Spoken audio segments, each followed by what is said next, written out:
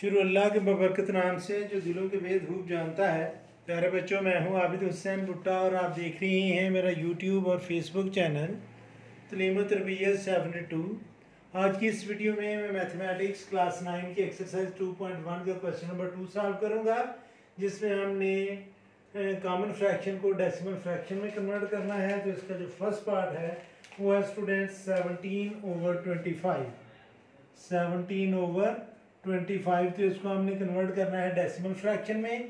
तो एक तो आप कैलकुलेटर यूज़ कर सकते हैं, दूसरा आप 17.000 इसको हम डिवाइड करेंगे 25 से। तो 25 को 0 से मल्टीप्लाई करेंगे तो यह आएगा स्टूडेंट 0 17 में से 0 माइनस किया तो 17।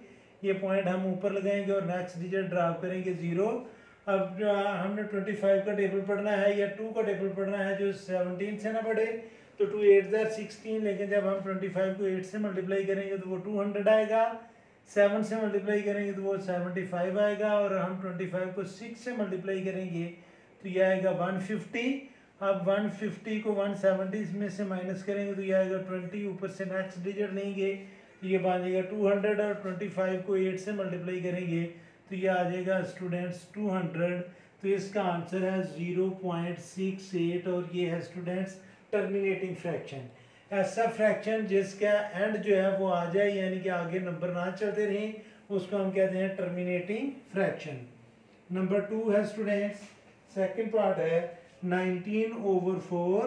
तो इसको भी आप कैलकुलेटर से भी कर सकते हैं, लेकिन बेहतर ये है कि आप इसको मैनुअल करें। 4 को इससे हम डिवाइड करेंगे, लेकिन आप 19 को लिख लें 19.000, जितने मर्जी जीरो लगा लें पॉइंट के बाद, उससे कोई फ़र्क नहीं पड़ेगा। 4 4 16, 19 में से 16 माइनस किया तो बाकी आएगा 3। ये पॉइंट हम क्वोशिएंट में लिखेंगे, ऊपर से नेक्स्ट डिजिट हम ड्रॉप करेंगे 0, तो ये बन जाएगा 30। 4 का टेबल पढ़े 30 तक, तो 4 7 28, और 10 में से 8 माइनस किया तो 0, और ऊपर से नेक्स्ट डिजिट लेंगे 0, तो 4 5 20। तो ये भी टर्मिनेटिंग फ्रैक्शन है, क्योंकि 20 में से 20 माइनस करेंगे तो 0 आ जाएगा, और इसका आंसर आएगा 4.75। अब मैं स्टूडेंट्स थर्ड पार्ट सॉल्व करूंगा इसका, और थर्ड पार्ट है, look at the third part. और थर्ड पार्ट है इसका स्टूडेंट्स 57/8।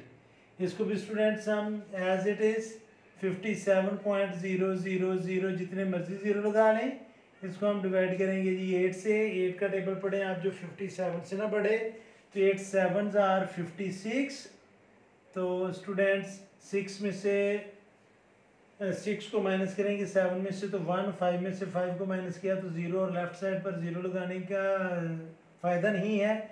ये पॉइंट जो है स्टूडेंट्स, ये हम क्वेश्चन में लिखेंगे, नेक्स्ट डिजिट ड्रॉप करेंगे 0, ये बन जाएगा 10। तो 8 का टेबल पढ़े जो 10 से ना बढ़े, तो 8 1 8, 10 में से 8 माइनस किया तो 2, नेक्स्ट डिजिट ड्रॉप करेंगे तो ये बन जाएगा 20, और 8 2 16। 10 में से 6 माइनस करें 4, यहाँ पर बाकी बचेगा 1, और 1 में से 1 माइनस किया तो 0, और 0 का लेफ्ट साइड पर कोई फ़ायदा नहीं है। तो जब हम नेक्स्ट डिजिट ड्रॉप करेंगे 0, तो ये बनेगा 40, और 8 5 40। तो ये भी स्टूडेंट्स टर्मिनेटिंग फ्रैक्शन है, क्योंकि इसका एंड आ गया, तो ये आएगा 7.125। तो ये था स्टूडेंट्स थर्ड पार्ट। अब हम सॉल्व करेंगे फोर्थ पार्ट, और फोर्थ पार्ट है स्टूडेंट्स 205/18। 205/18। तो इसको भी हम 205 को डिवाइड करेंगे स्टूडेंट्स 18 से। 18 1 18, 10 में से 8 माइनस किया 2, और नेक्स्ट डिजिट ड्रॉप करेंगे 5, तो 18 1 18। 25 में से 18 माइनस किया तो 7, यहाँ पर हम पॉइंट लगाकर यहाँ पर भी पॉइंट लगाएंगे, आगे जितने मर्जी जीरो लगा लें। तो स्टूडेंट जब नेक्स्ट जीरो हम ड्रॉप करेंगे तो ये बनेगा 17 not 17। तो अब स्टूडेंट्स हम 18 का टेबल पढ़ेंगे, जो 70 से ना बढ़े, तो 18 3 54।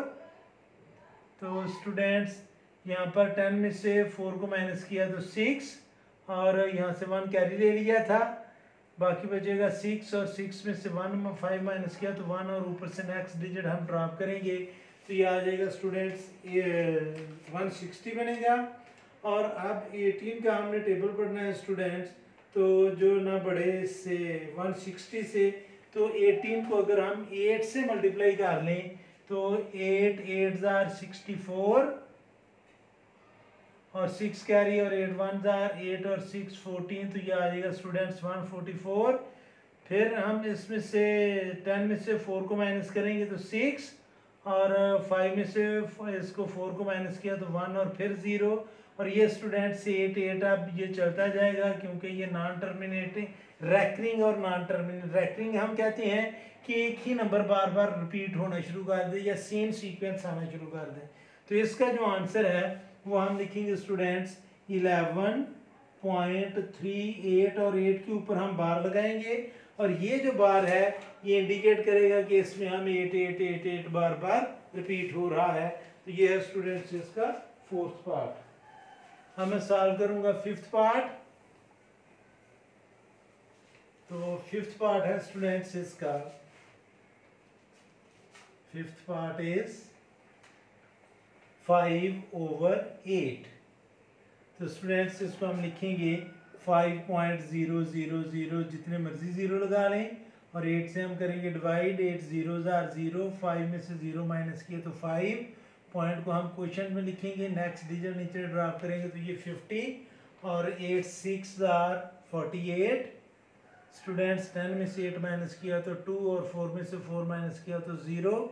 8 2 जार 16, और 20 में से 16 माइनस किए तो 4, और नेक्स्ट डिजिट ड्रॉप करेंगे 0, तो 8 5 जार 40। तो ये स्टूडेंट्स टर्मिनेटिंग फ्रैक्शन आ गया 0.625। अब स्टूडेंट्स लास्ट पार्ट है इसका सिक्स पार्ट, और वो है स्टूडेंट्स 25/25 ना 28, 25/38। तो इसको भी हम स्टूडेंट्स डिवाइड करेंगे, तो हम इसको लिखेंगे 25.0000 और आगे लिखते जाएं, और इसको हम स्टूडेंट्स 38 से डिवाइड करेंगे। इस क्वेश्चन को आपने समझना है, ये थोड़ा लेंथी क्वेश्चन है। इसको अगर हम स्टूडेंट्स 19 यानी कि पॉइंट डेसिमल पॉइंट तक हम लेकर जाएंगे, फिर पता चलेगा कि ये सेम सीक्वेंस में आ रहे हैं या नहीं। जब सेम सीक्वेंस में आना शुरू हो तो उस वक्त तक हमने इसे डिवाइड करना है, लेकिन ये बड़ा लेंथी प्रोसेस बनेगा। हम 38 का टेबल पढ़ेंगे, जो 25 से ना बढ़े तो ये आएगा 0, तो 25 नेक्स्ट जो पॉइंट है तो वो हम क्वेश्चन में लिखेंगे।